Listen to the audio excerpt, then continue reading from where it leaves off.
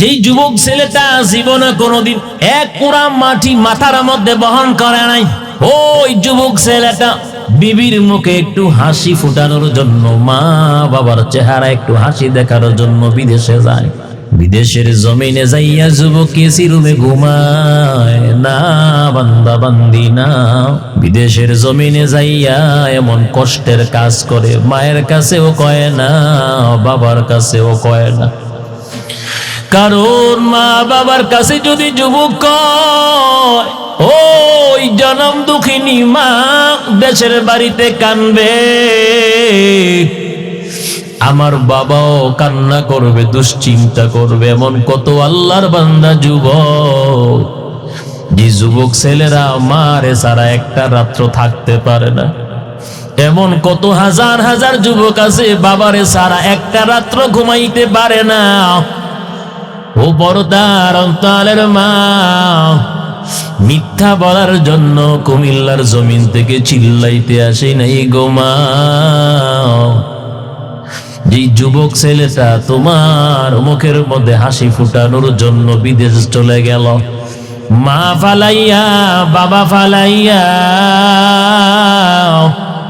বন্ধু বান্ধব আত্মীয় স্বজন ফালাইয়া বিদেশের জমিনে চলে গেল। কত আল্লাহর বান্দারা আছে শিশু বাচ্চারাইকা বিদেশের জমিনে চলে যায়।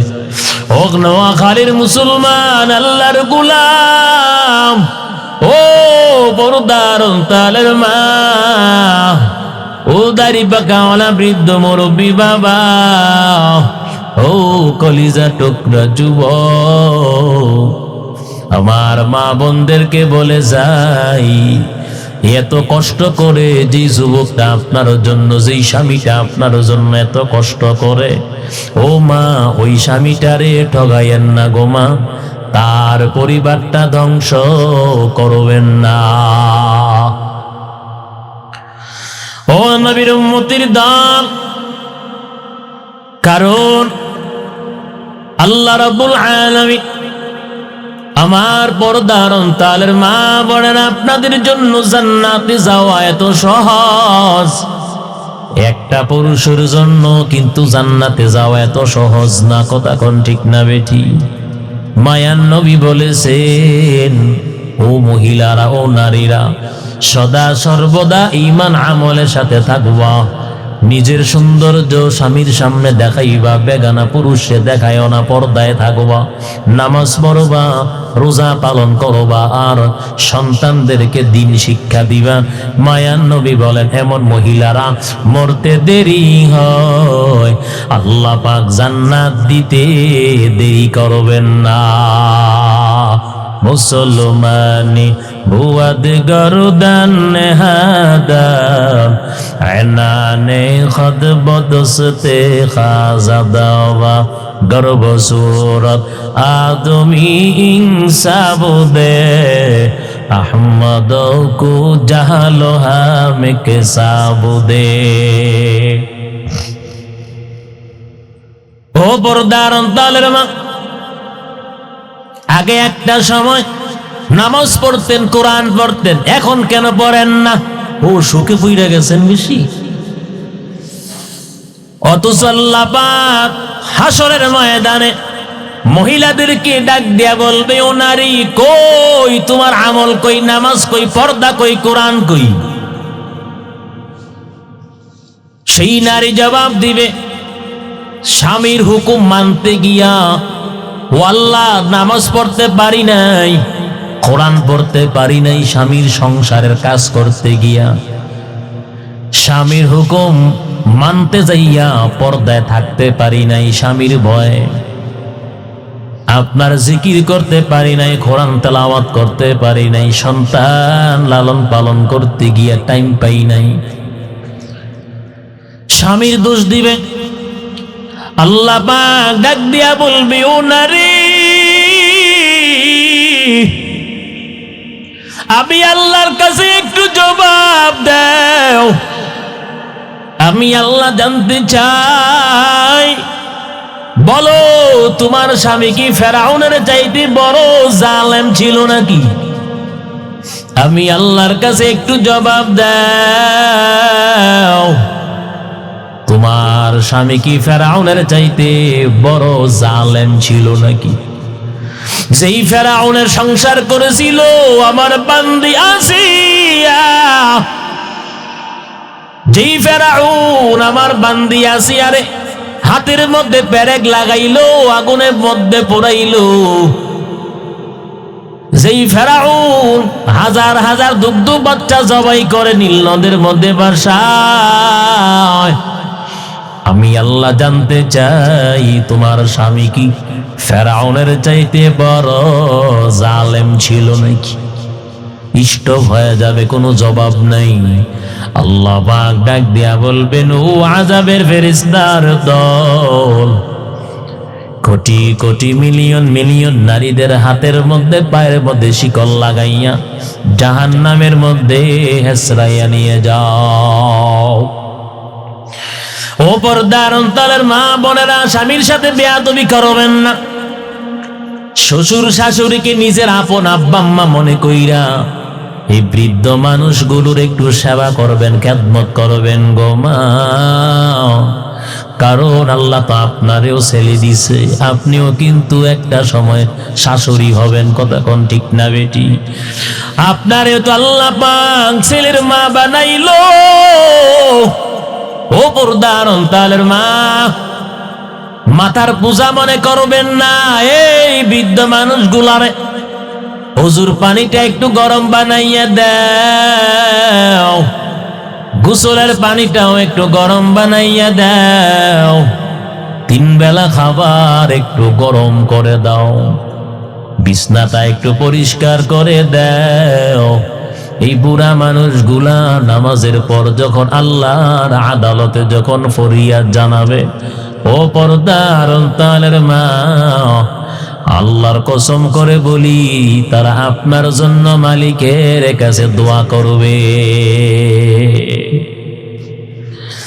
এই জন্য শ্বশুর শাশুড়িকে মাতার পূজা মনে করবেন না। কত আল্লাহর বান্দি আছেন নিজের আপন স্বামীর শ্বশুর শাশুড়ির কাছ থেকে আলাদা করে পৃথক করে, কয় গ্রামের বাড়িতে থাকবো না, সন্তান মানুষ করা যাবে না, শহরে চলো। যাইনি শহরে, কথা কয় না। ও নবীর উম্মত, উসিলা দেয় সন্তান মানুষ করতে হবে। অথচ তোমার স্বামী কিন্তু এই বাড়িতে থাইকেই মানুষ হইছে। কথা কন। ও মা, তুমি যার স্ত্রী, তোমার স্বামী কিন্তু এই এলাকায় গ্রামে থাইকেই কিন্তু মানুষ হইল। সন্তানটাকে মা বাবার বুক থেকে ছিনাইয়া নিও না। আরশের মালিক বলেন, বৃদ্ধ কালে প্রত্যেকটা মা বাবার খেদমত করো। ওরে কলিজা টুকরা যুবক, আমার দয়ার আল্লাহ তো বলেছেন, মৃত্যুকালে মা বাবার খেদমত করো। কারণ বুড়া হয়ে গেলে স্মৃতিশক্তি নষ্ট হয়, শরীর দুর্বল হয়। আজকে পীর তালাশ করো, পীরের দরবারে যাও, গরু ছাগল উট মহিষ নিয়ে হাজির হও, হাদিয়া লইয়া যাও। আল্লাহর কসম, একটা সন্তানের জন্য সবচাইতে বড় পীর তোমার মা বাবা। কথা কি সঠিক? আওয়াজ দেন না কেন? কথা কি রাইট? আজকে পীর তালাশ করো, নিজের আপন আব্বা আম্মাকে 1 কেজি গোস্ত খাওয়াও না রে যুবক, অথচ পীরের দরবারে গরু নিয়ে হাজির হয়। মারে বাবার 1 কেজি আনার কিন্নাও খাওয়াইলা না। ও সন্তান, কেমন সন্তান হইছ যে মা বাবা নিজে না খাইয়া মুখের খাবারটা পর্যন্ত সন্তান তোমাদেরকে খাওয়াইলো। আজকে সেই মা বাবারে খানার খোটা দাও, খানার কষ্ট দাও। আরশের মালিক বলেন, কোন সন্তান যদি আব্বা আম্মার কলিজার মধ্যে আঘাত দেয়, আর যখন ওই মা বাবা যখন আহ করে একটা শব্দ করে, সেই উফ আহ শব্দটা আমি আল্লাহর আরশে আজিমের মধ্যে আইসা একটা ধাক্কা মারে। আমি আরশের মালিক বরদাস্ত করতে পারি না। সাথে সাথেই সন্তানের উপর আমি আল্লাহ গজব নাজিল করি। মা বাবার খেদমতের মাধ্যমে কি পাওয়া যায় রে মুমিন? মা বাবার খেদমতে আল্লাহর তৈরি যায়। কারণ মা বাবার নেক দোয়া যেমনি আল্লাহর আদালতে কবুল হয়, মা বাবার বদদোয়া কিন্তু আল্লাহর আদালতে কবুল হয়ে যায়। অতএব এই জন্য যতদিন বাঁচবেন 3-4টা জায়গার মধ্যে জীবনেও বেয়াদবি করবেন না। এর মধ্যে 1 নম্বর, আল্লাহ এবং তার রাসূলদের শানে জীবনও বেয়াদবি করবেন না। 2 নাম্বার, ইসলাম নিয়ে বেয়াদবি করবেন না। 3 নাম্বার, মা বাবা এবং তাদের সমবয়সী উস্তাদদের সাথেও বেয়াদবি করবেন না। মুরব্বীদের শানে, আব্বা আম্মার শানে বেয়াদবি করলে কি হয়? আমি আমার এই ক্ষুদ্র জ্ঞানে আমি গবেষণা করে দেখলাম, রিসার্চ করে দেখলাম, তাম পৃথিবীর মধ্যে আমগো বাংলাদেশে যেইভাবে অকালে মৃত্যুবরণ করতেছে যুবকরা, অন্য কোন রাষ্ট্রে এমনি মরে না। শুধু বাংলাদেশে প্রত্যেকটা যুবক অকালে মৃত্যুবরণ করে। অন্যান্য রাষ্ট্রের মধ্যে যুবকরা কিন্তু অকালে মরে না। অন্যান্য রাষ্ট্রে বুড়া হইয়াও কিন্তু বিয়া করে, কথা কয় না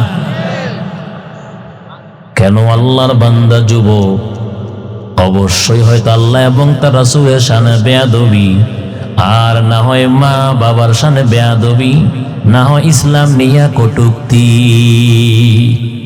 কথা কোন ঠিক নেই? যেই ছেলেটা আপনাগো এলাকার মধ্যে সমাজের মধ্যে আদব বলা, মুরব্বীকে দেখলে সালাম দেয়, আব্বা আম্মার কথা শুনে শিক্ষকের সাথেও বেয়াদবি করে না, দেখবেন এই ছেলেটা দৈনন্দিন 10টা মুরব্বীর দোয়া নিয়ে বাড়িতে যায়। আর যে ছেলেটা বেয়াদব, মা বাবার কথা শোনে না, মুরব্বীদের সাথেও বেয়াদবি করে, গারতেরামি করে, দৈনন্দিন 10টা মুরব্বীর অভিশাপ নিয়ে বাড়িতে যায়। যায়নি? কথা বলেন না কেন?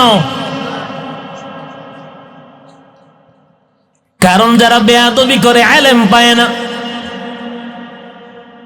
অভিশাপ নিয়ে জমিনে বাঁচতে হয়। এই জন্য আমার কালিজার টুকরা যুবক, বেয়াদবি করবেন না। মায়ের সাথে বাবার সাথে চোখ রাঙে ধমক দিয়ে কথা বলবেন না। খবরদার, সাবধান। আব্বা আম্মার সাথে যদি কথা আপনার একদাস না হয়, দূরে চলে যান, পুষ্করির পারে বসেন। এরপরেও মা বাবার সাথে বেয়াদবি করবেন না। বহু জায়গায় শোনা যায় আল্লাহর বান্দা যুবক বিবির কথা শুই না মারে মারতে যায়, বাবারেও মারতে যায়। আপনাকে ওই নোয়াখালীর মধ্যে আছে কিনা জানি না, আপনাকে ওই হাজীগঞ্জের মধ্যে আছে কিনা জানি না, বিবিরে খুশি করতে গিয়া মারে বকা দেয়, বাবারে গালি দেয়, মারতেও যায়। ও নবীর উম্মত, অথচ আব্বা আম্মার খেদমত কত বড় ইবাদত আমরা অনেকে জানি না। আল্লাহ রব্বুল আলামিন মায়ার নবীকে বলেন, মা বাবার খেদমত বড় ইবাদত। সুবহানাল্লাহ। এই জন্য খবরদার, সাবধান। মা বাবার কাছ থেকে দোয়া নিয়ে চলবেন। পর্দার অন্তরালের মা বোনেরা, শ্বশুর শাশুড়ির একটু খেদমত করবেন। বুড়া হয়ে গেছে, আর কয়দিন বাঁচবে? আর খেদমতে কিন্তু খোদা মিলে।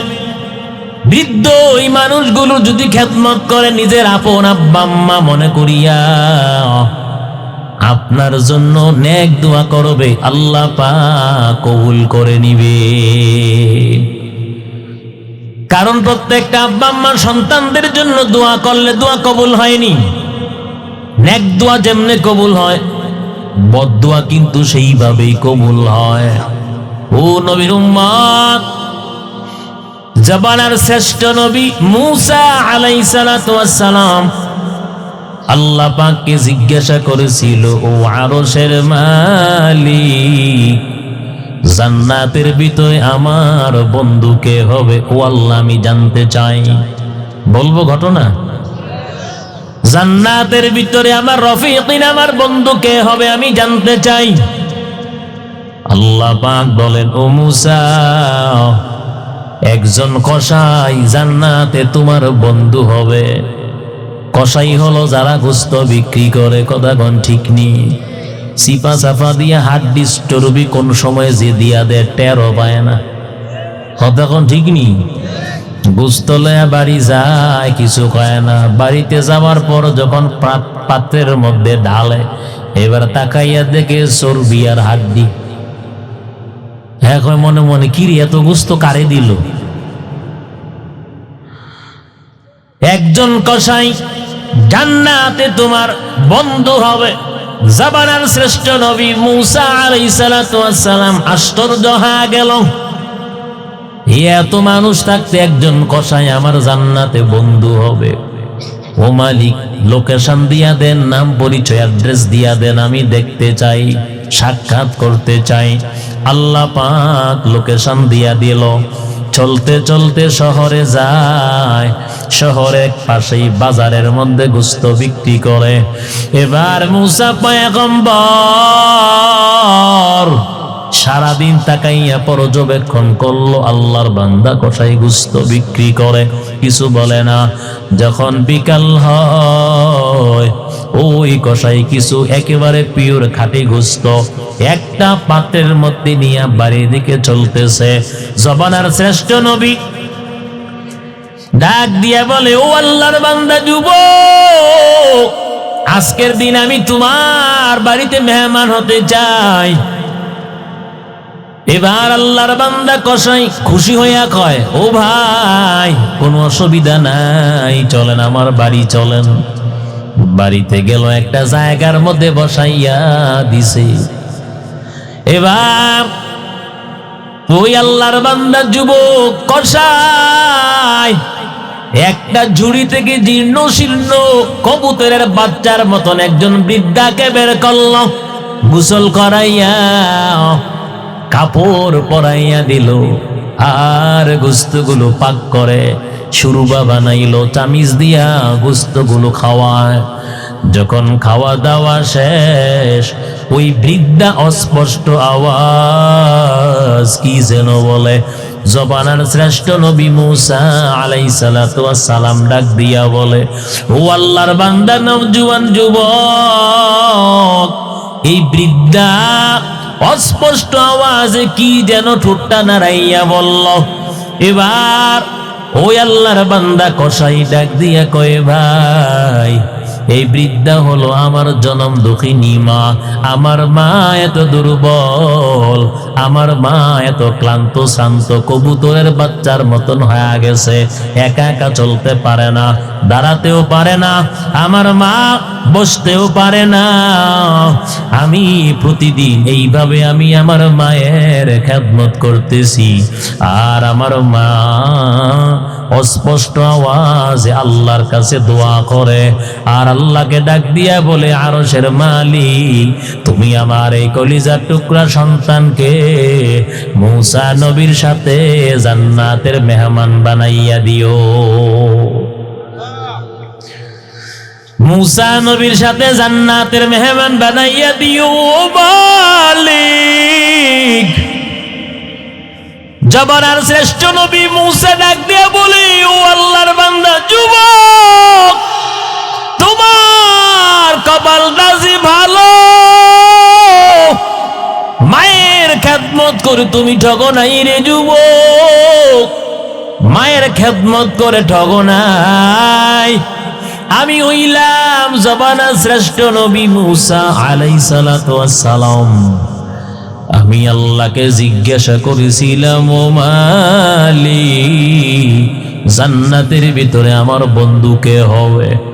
আল্লাহ পাক তোমার ঠিকানা দিয়া দিছে।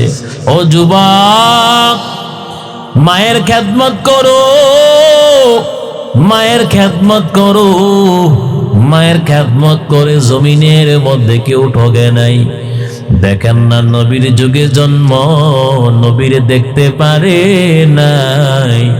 নাম হলো ওয়াইস করুণী রহমতুল্লাহি আলাইহি। কিন্তু নবী মৃত্যুর প্রাক্কালে ওমর, আবু বকর ওমর ডাইকা কয়, আমি নবীর গায়ের জামাটা জুব্বাটা ওয়াইস করনি পাগলটারে দিয়া দিও। শুধু তাই নয়, মায়ার নবী জীবদ্দশায় ওমরকে ডাক দিয়া কয়, ওমর, তুমি যদি জীবনে কোনোদিন ওয়াইস করনি নামে সেই আল্লাহর বান্দারে পাও, ওমর নিজের জন্য তার কাছ থেকে দোয়া নিও। ওমরকে নবী কয় দোয়া নেওয়ার জন্য, কারণ ওমর তো ওমর। যে ওমর সম্পর্কে মায়ার নবী বলেন, আমার পরে যদি আর কোন নবী রাসূল আসতেন লাকানা ওমর, আল্লাহ পাক অবশ্যই ওমরে নবী বানাইয়া দিতেন। আধ্যাত্মিক জগতের সম্রাট ওমর, সেই ওমরকে নবী গায় ওয়াইস কারণের দেখলে তার কাছ থেকে নিজের জন্য দোয়া নিও। আল্লাহ নবী কয়, ওমর, তার জবানটা আল্লাহর কাছে এত প্রিয়, যাকে বলা হয় মুস্তাজাবুদ দাওয়াত। যেই বান্দা আল্লাহর কাছে দোয়া করতে দেরি হয়, তার দোয়া আমার মালিক কবুল করতে দেরি করে না। খেদমতে মা দর পে দর কুন সুবহ শাম, তাকে বাসি দর্দ আলম নে কুনাম। খেদমতে মা দর পে দর কুন খিতিয়ার, তাকে বাসি দর্দ আলম বখতিয়ার। ও নবীর উম্মত, অতএব মায়ের দুয়ার বরকত, মায়ের দুয়ার মধ্যে পাওয়ার আসেনি। কথা কয় না? বলেন তো, হাদিয়া লইয়া ভণ্ডদের আস্তানায় যাইব নাকি মায়ের কাছে যাব? কথা কয় না? গোস্ত নিয়া কি মাজারে যাবো না বাবার কাছে যাবো? কথা কয় না? নিজের আপন আব্বা আম্মার কাছে যাব, কোন দরগায় দুর্গায় কোন পীরের দরবারে যাব না। সবচেয়ে বড় পীর কে বলেন? আব্বা আম্মা। কে বলেন? মা বাবা হলো সবচেয়ে বড় পীর। দোয়া নিবেন, মা বাবার কাছ থেকে দোয়া নেন।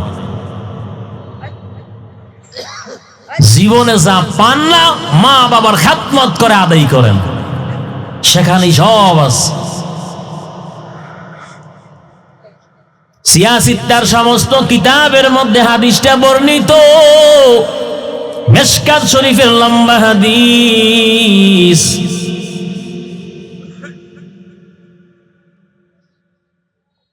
আল্লাহর নবী বলেন, মা বাবার কলিজার মধ্যে যেই সন্তানটা আঘাত দিবে,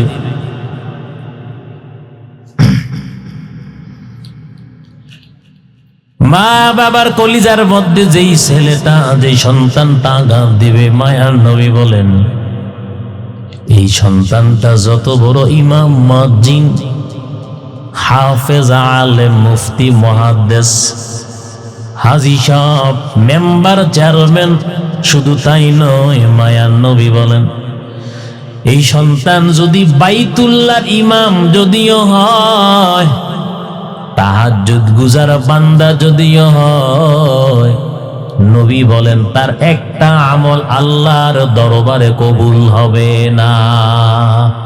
একটা আমলও কবুল হবে না। তো কি করবেন আপনি? আপনি তো আসল জায়গার মধ্যেই সম্পর্ক টিকিয়ে রাখতে পারলেন না। মিজানের পাল্লা ভারী হবে না হালকা হবে? যদি জীবনের আমল কবুল না হয়, বলেন না কেন, মিজান যখন ওজন দিবে, আল্লাহ পাক ওজন দিবেনই নেক আমল, তখন মিজানের পাল্লাটা নেকের পাল্লা ভারী হবে না হালকা হবে? কথা বলেন তো। নেকের পাল্লা যদি ভারী না হইয়া হালকা হয়, যাবেন কই? জান্নাতে না জাহান্নামে? কথা বলেন, কোথায় যাব? আমার কথা নেই। আল্লাহ পাক বলেন,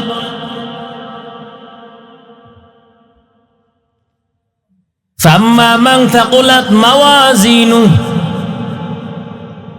আরশের মালিক বলেন, যার নেকের পাল্লাটা ভারী হবে, যার বদের পাল্লাটা হালকা হবে। নেকের পাল্লাটা যার ভারী হয়ে যাবে, আল্লাহ পাক বলেন, ফাহুয়া ফি ঈশাতির রাদিয়া, তার ঠিকানা হবে জান্নাত। সুবহানাল্লাহ। তো আমল নামায় যদি নেক না থাকে, নেকের পাল্লা কেমনে ভারী হবে বলেন? উস্তাদদের সাথে, আব্বা আম্মার সাথে বেয়াদবি করার কারণে আল্লাহর কসম, জীবনের এত কষ্ট করিয়া, রোজা রাইখা, সেহরি খাইয়া, তারাবি পইরা, হজ কইরা যে সওয়াব কামাই করেছেন, এসব আমল আল্লাহর কাছে কবুল হবে না।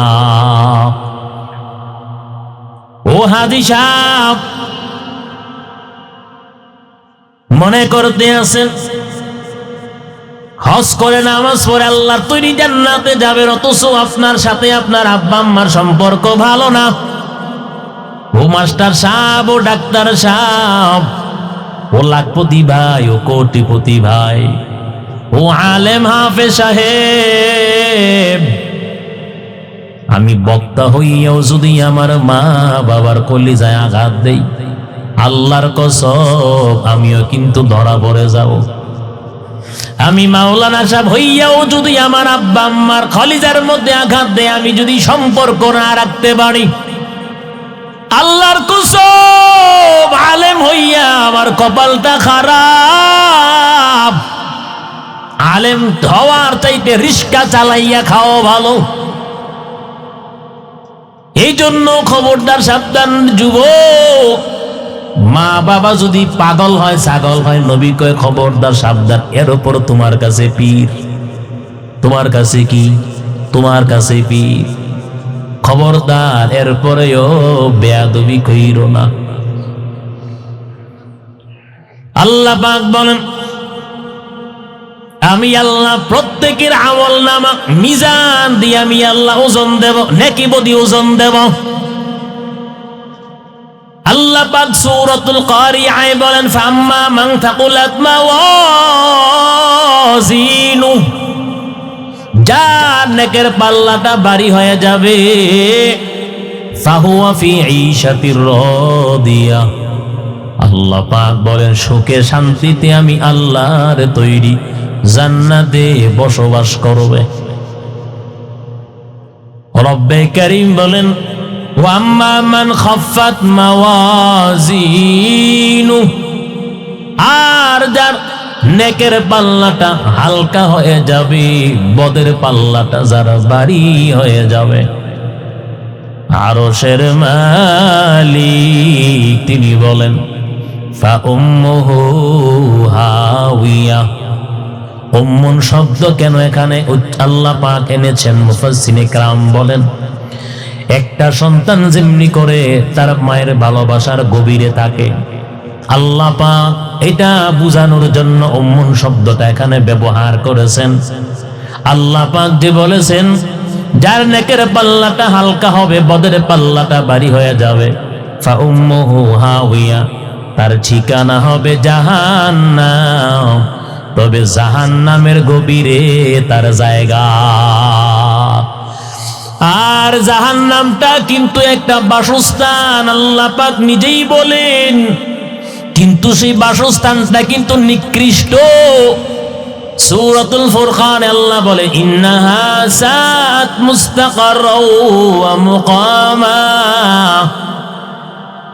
নিশ্চয়ই জাহান্নামটা একটা বসবাসের জায়গা, তবে নিকৃষ্ট একটা জায়গা। কথা কোন ঠিক নেই? ও নবীর উম্মত, জাহান্নামটা একটা বসবাসের জায়গা, তবে নিকৃষ্ট একটা জায়গা। যেই জাহান্নামের ভিতরেও আল্লাহ পাক জাহান্নামীদের জন্য খানার ব্যবস্থা করবে। ও নবীর উম্মত, দুনিয়ার জমিনে আল্লাহ পাক কত দামি দামি নরম খাবার আমগরে খাওয়াইলো। আল্লাহ পাক নরম নরম বিছানায় আমগরে ঘুম পাড়ায়। আল্লাহ পাক কত নিয়ামত দিল। ও নবীর উম্মত, আল্লাহর সেই নিয়ামত ভক্ষণ করে, আল্লাহর সেই নিয়ামত ভোগ করিয়া যারা নাফরমানি করবে, আল্লাহ পাক বলেন তাদেরকে আমি আল্লাহ জাহান্নামের মধ্যে দগ্ধ করব, আগুন দিয়া পোড়াবো। আরশের মালিক বলেন ওয়ামা আদরাকা মা হিয়া, নবী আপনি কি জানেন হাওয়া কারে বলা হয়? আল্লাহ নবী তো আলিমুল গায়েব না, অদৃশ্যের খবর আমার মালিক যতটুকু জানায় আমার নবী এর চেয়ে বেশি জানে না। আল্লাহ পাক বলেন ওমা আদরাকা মা হিয়া, ও মায়ার নবী আমার, নবী আপনি কি জানেন হাওয়া কারে বলা হয়? আল্লাহ পাক প্রশ্ন করে আবার নিজেই জবাব দেয়, হাওয়া হলো নারুন হামিয়া, আমি আল্লাহর প্রজ্বলিত আগুনের নাম। ও নবী উম্মত, দুনিয়ার আগুনের বৈশিষ্ট্য কিন্তু একরকম, জাহান্নামের আগুনের বৈশিষ্ট্য কিন্তু আরেক রকম। দুনিয়ার আগুনের বৈশিষ্ট্য হলো হাতের মধ্যে লাগলে হাত পড়ে যায়, মাথায় লাগলে মাথা পড়ে যায়, পায়ের মধ্যে লাগলে পা পড়ে যায়, হৃৎপিণ্ড পর্যন্ত পৌঁছানোর আগে একটা মানুষের মৃত্যু হয়ে যায়। যখন মানুষটা আগুনে পড়ে মৃত্যুবরণ করে, এরপরে যদি সে আবার আগুনে পড়তে থাকে টেরও পায় না, কারণ তার ভিতরে রূহ নাই, জীবন নাই।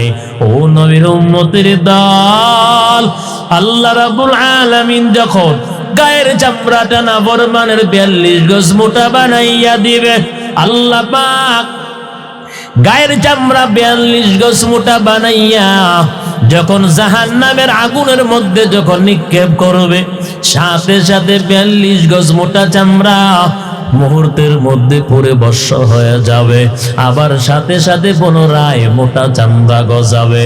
ও নবীর উম্মতের দল, আল্লাহ পাক নিজেই বলেন আল্লাতী তাত্তালিউ আলাল আফইদা, জাহান্নামের আগুনের উষ্ণতা এত বেশি, নাফরমান জাহান্নামীর গায়ের মধ্যে লাগার সাথে সাথে হৃৎপিণ্ড পর্যন্ত পৌঁছে যাবে।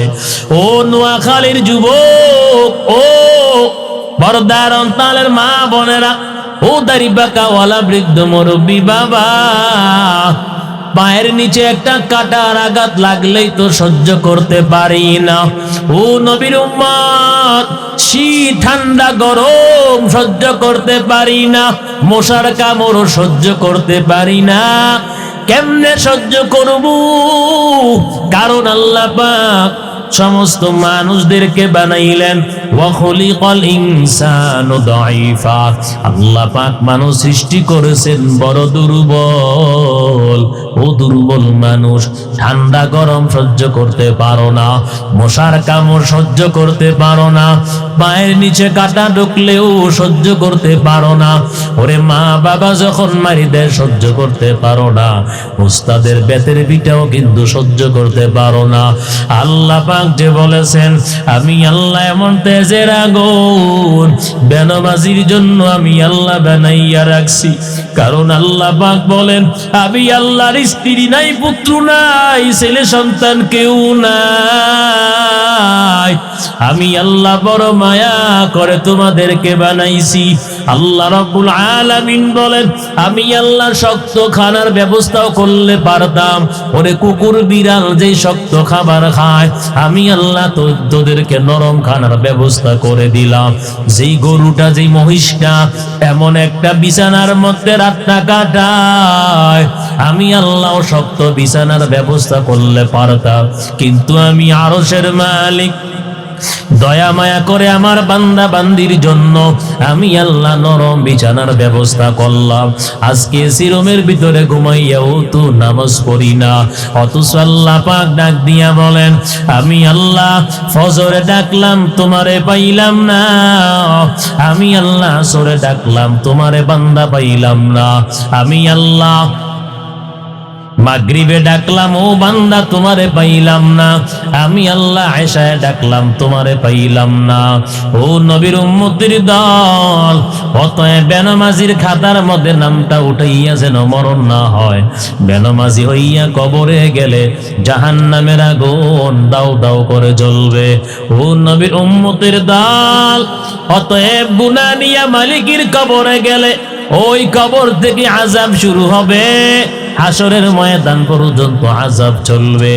নবীর উম্মত জাহান্নামের আযাব একটা সেকেন্ড সহ্য করার মতন কারো ক্ষমতা নাই। কাদেরে কুরাদ তুদারি বড় কামাল, আনতা রব্বি আনতা হাসবি জুল জালাল, তুহি কাদের জলিলুল্লাহ জাহাদার, বহর হালে তুহি মেরা নিগাদার। মনে রাখবেন, কারা জান্নাতে যাবে আর কারা জাহান্নামে যাবে আমি বলে যাই। ও কলিজার টুকরা যুবক, দুনিয়ার পাশাপাশি পরকালের কাজ করতে হবে, আখিরাতের কর্ম করা লাগবে রে যুবক। দুনিয়ার জমিনে মালিকের কাজ না করলে মালিক কিন্তু বেতন দিবে না, মালিকের চাকরি না করলে মালিক কিন্তু পয়সা দিবে না। মনে রাখবেন, ঠিক তেমনি ভাবে যেই মালিক আমগরে বানাইলো সেই মালিকের কাজ যদি না করি মালিক কিন্তু জান্নাত দিবে না। অতএব দুনিয়ার জমিনে যারা জান্নাতের কাজ করবে, জান্নাতের কাজ কি? ঈমান ঠিক রাইখা 5 ওয়াক্ত নামাজ, কোরআন তেলাওয়াত করা, জিকির আজগার করা, হক হালাল তামিজ করে চলা, মানুষের উপর জুলুম না করা, পর্দা করে চলা, কোরআন তেলাওয়াত করা, রমজান মাসে রোজা পালন করা, দান সদকা করা, যাকাত ফরজ হলে যাকাত প্রদান করা, মা বাবার খেদমত করা, সন্তানকে ইসলামিক লাইনে লেখাপড়া শিক্ষা দেওয়া। ও নবীর উম্মত, নিজের বিবিরে পর্দায় রাখা, নিজের আপন মেয়েটাকে পর্দায় রাখা, ছেলেটাকে নিয়ে নামাজে যাওয়া, মসজিদে যাওয়া, আমল করা, আমল। দুনিয়ার জমিনে যারা জান্নাতের কাজ করবে তারা জান্নাতি, জমিনে যারা জাহান্নামের কাজ করবে তারাই জাহান্নামী। আর আমল করলে নেক আমল, তাহলে আল্লাহ পাক যদি নেক আমল করতে পারি, নেক আমল নিয়ে যাইতে পারি আল্লাহর আদালতে, যখন আল্লাহ পাক মিজান দিয়ে যখন ওজন দিবে, আর মিজানের পাল্লাটা, নেকের পাল্লাটা যখন ভারী হয়ে যাবে, আল্লাহ নিজেই বলেন ফাহুয়া ফি আইশাতির রাদিয়া, সুখে শান্তিতে জান্নাতে বসবাস করবে। আমরা জান্নাতে যেতে চাই না জাহান্নামে? সবাই জান্নাত চাইনি। কারা কারা জান্নাত চান? হাত উঠা, লিল্লাহি তাকবীর, লিল্লাহি তাকবীর। আল্লাহ আপনি হাতগুলো কবুল করেন। তবে জান্নাতে যাওয়া ঈমান ঠিক রাইখা আমলের বইটা মজবুত করা লাগবে। বলেন, ঈমান ঠিক রাইখা আমলের বইটা মজবুত করা লাগবে। যদি আমগো আমল থাকে, নেক থাকে, অবশ্যই আল্লাহ আমগরে কি দিবেন? জান্নাত দিবেন, আল্লাহর ওয়াদা। আর এই জবানকে গুনাহ থেকে হেফাজত করবেন, গুনাহ থেকে মুক্ত রাখবেন, কারণ এই জবানটার অনেক দাম। চাইলে আপনি জবান কন্ট্রোল করে আল্লাহর তৈরি জান্নাতে যেতে পারেন, আবার এই জবান দ্বারাই অপরাধ করে গুনাহ করে জাহান্নামী হতে পারেন। নবীর দরবার একজন সাহাবী এসে বলে, মান নাজাতু ইয়া রাসূলুল্লাহ, নবী নাজাত কিসের মধ্যে আমি জানতে চাই।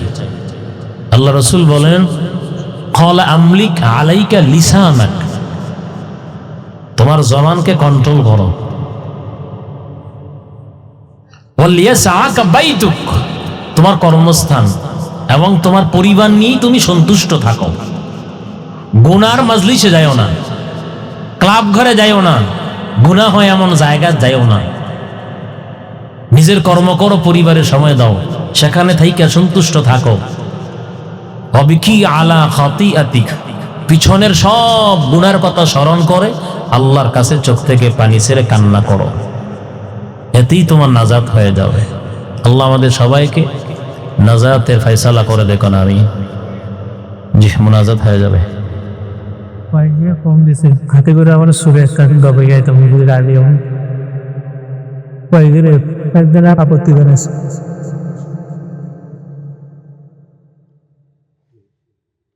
দেশের গান গাই, যেহেতু এটা বিজয়ের মাস, কি বলেন গাইবেন আমার সাথে? এটা আমার সাহেব গাইছিল অনেক সুন্দর করে আমার সাথে। শুধু সবাই বাংলাদেশ আমার এই বোগাল্লা দিবেন, জোরে জোরে দিবেন, ঠিক আছে নি? তাহলে শুরু করা যাক নাকি? বাংলাদেশ আমার, বাংলাদেশ আমার, বাংলাদেশ আমার, বাংলাদেশ আমার, এই বাংলাদেশ তোমার, প্রিয় বাংলাদেশ সবার। আমি বাংলাদেশি, আমার জন্মভূমি, আমি দেশপ্রেমিক, নেই কো তুলনা যার। বাংলাদেশ আমার, বাংলাদেশ আমার, বাংলাদেশ আমার, বাংলাদেশ আমার, এই বাংলাদেশ তোমার, প্রিয় বাংলাদেশ সবার। আমি বাংলাদেশি, আমার জন্মভূমি, আমি দেশপ্রেমিক, নেই কো তুলনা যার। বাংলাদেশ আমার, বাংলাদেশ আমার, বাংলাদেশ আমার। স্বাধীন সীমানায় স্বাধীন জীবন, স্বাধীন সবার অধিকার। ভয় নেই মোদের ভুলিনি আজো, হায়নাদের সেই অত্যাচার। স্বাধীন সীমানায় স্বাধীন জীবন, স্বাধীন সবার অধিকার। ভয় নেই মোদের ভুলিনি আজো, হায়নাদের সেই অত্যাচার। এবার শপথ দেশ জাতির তরে, এবার শপথ দেশ জাতির তরে, হব সবে পাহারাদার। বাংলাদেশ আমার, বাংলাদেশ আমার, বাংলাদেশ আমার, বাংলাদেশ আমার, এই বাংলাদেশ তোমার, এই বাংলাদেশ সবার। আমি বাংলাদেশি, আমার জন্মভূমি, আমি দেশপ্রেমিক, নেই কো তুলনা যার। বাংলাদেশ আমার, বাংলাদেশ আমার, বাংলাদেশ আমার, বাংলাদেশ আমার। সবুজ শ্যামলে ঘেরা মুগ্ধ বাতাস, হৃদয়ের শীতলতা, গড়তে মোদের সুস্থ জীবন, নেই কো পরাধীনতা। ঠিক না বেশি? সবুজ শ্যামলে ঘেরা মুগ্ধ বাতাস, হৃদয়ের শীতলতা, গড়তে মোদের সুস্থ জীবন, নেই কো পরাধীনতা।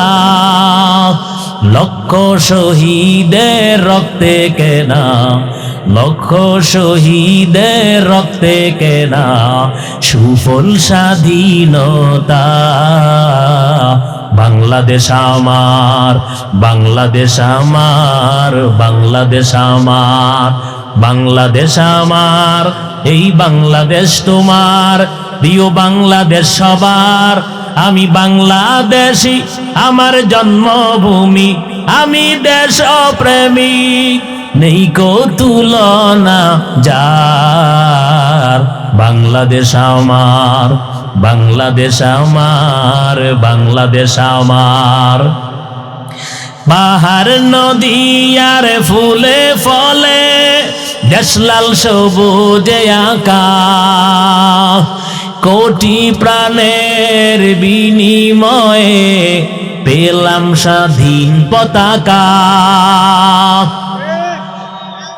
পাহাড় নদী আর ফুলে ফলে দেশ লাল সবুজে আঁকা। কোটি প্রাণের বিনিময়ে পেলাম স্বাধীন পতাকা। আজও শরীক হতো চেয়ে অবদান, আজও শরীক হতো চেয়ে অবদান, ছিল আলেম ওলামা। বাংলাদেশ আমার, বাংলাদেশ আমার, বাংলাদেশ আমার, বাংলাদেশ আমার, এই বাংলাদেশ তোমার, প্রিয় বাংলাদেশ সবার। আমি বাংলাদেশী, আমার জন্মভূমি, আমি দেশপ্রেমিক, নেই কো তুলনা যার। বাংলাদেশ আমার, বাংলাদেশ আমার, বাংলাদেশ আমার, বাংলাদেশ আমার, বাংলাদেশ আমার।